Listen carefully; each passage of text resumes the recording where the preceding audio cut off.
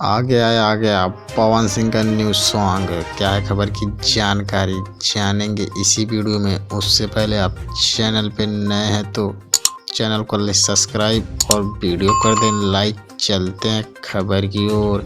तो आप लोग को बता दे भाई लोग, पवन सिंह का 2.2 पुदीना सॉन्ग आने वाला है वेब म्यूजिक चैनल पर।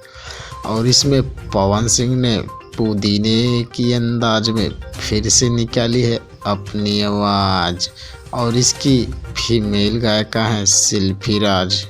तो आप लोग को और एक खबर बता दी कि पहले इस गाने की फीमेल सिंगर थी अनुपमा यादव और वो गाना गा भी चुकी थी, लेकिन कुछ कारणों की वजह से उनकी आवाज़ काट दी गई। फिर उसके बाद शिल्पी राज से गवाया गया।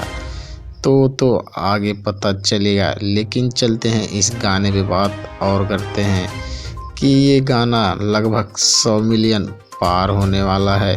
तो देखने को मिलेगा तीसरा गाना तबाही मचाते हुए। पहला था लाल घगरा, फिर हरी हरी ओढ़नी, फिर पुदीना 2। तो देखने का मिलेगा पवन सिंह का धाकड़ सॉन्ग। धन्यवाद।